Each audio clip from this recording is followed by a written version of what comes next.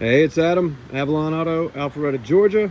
Avalon Auto Group on YouTube and Avalon Auto Off-Road Builds on Instagram. So, quick build overview. We built this one for a friend of ours. He bought this '02 Sequoia. If you look at our Instagram or Facebook, you'll see the pretty drastic before and after transformation. This thing was a kind of a fifth car for a client of my buddy Narek at Jack and Sons Barber Shop. It sat under a tree for years. It was pretty rough when we got it. Still has a couple more steps to go, but the build's done. So we started with kind of baseline maintenance as we do on all of our builds.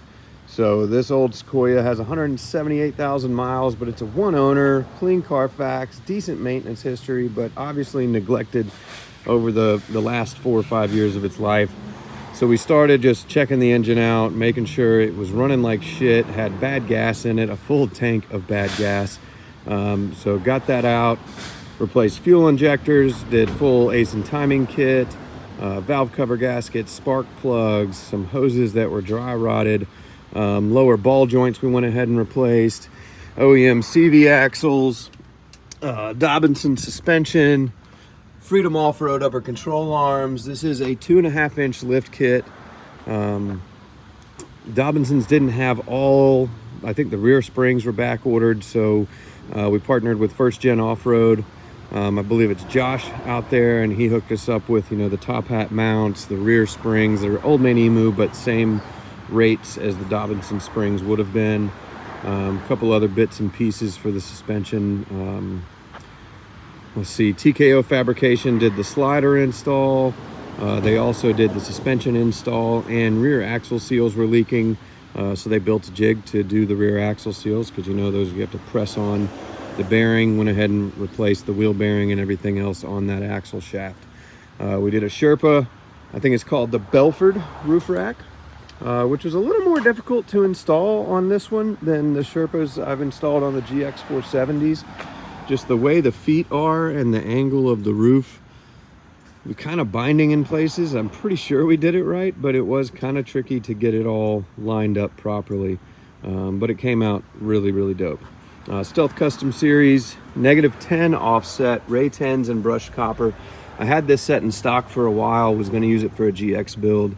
They've been full barrel ceramic coated by Atlanta PPF and Ceramic Coating. Friends of ours, used to be buff guys. Nitto Ridge Grappler, 285/75/17, so a 34-inch tire. TEQ Customs, TRD style front grille, Rego Fabrication ditch light brackets, Rome Adventure Company full tent and awning. The headlights, my buddy Narek sourced on eBay. They're the newer models, so the 05 up.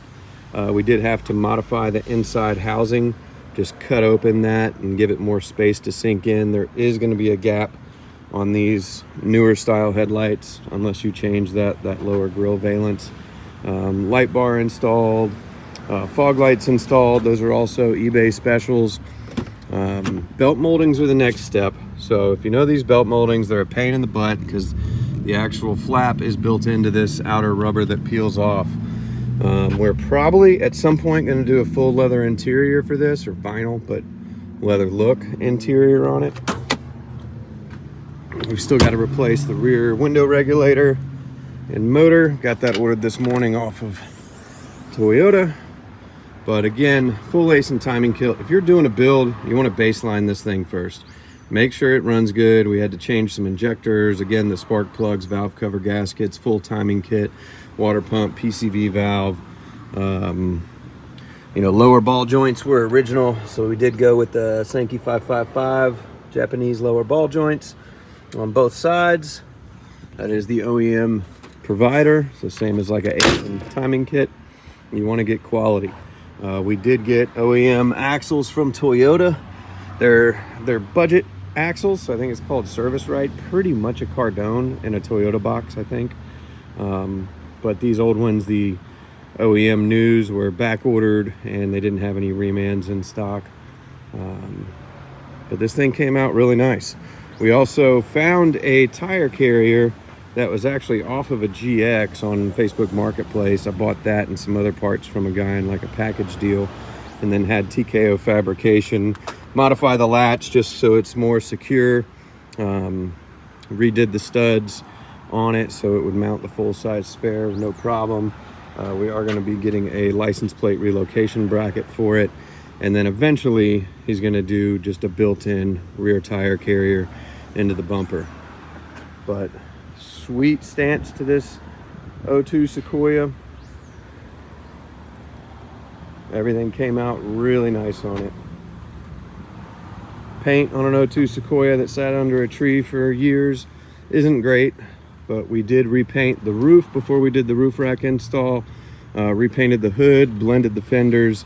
The hood just had a hellacious amount of rock chips that were starting to spread, so I went ahead and just changed all that. Previous owner was a dog guy. Dog was always outside of this window, so this is dog slobber. That's kind of messed up the clear coat. Also, the window switch was slobbered up, and the just dropping everything. The connectors we have to change because that's what dog slobber does to a window switch after a decade. So we've got new parts coming in from Toyota for that. We're just kind of piecing it together for now. But sweet Gen 1 Sequoia build. I've been wanting to do one of these for a while, and this one came out really nice. So next step are switches, belt moldings from Toyota. There's really no aftermarket ones that we've found that work well for these, but they are expensive, almost 500 bucks I think for the set of 4 belt moldings. But that'll clean it up, finish it off, and then months down the road we'll start some other projects, interior and whatnot. But hell of a tree.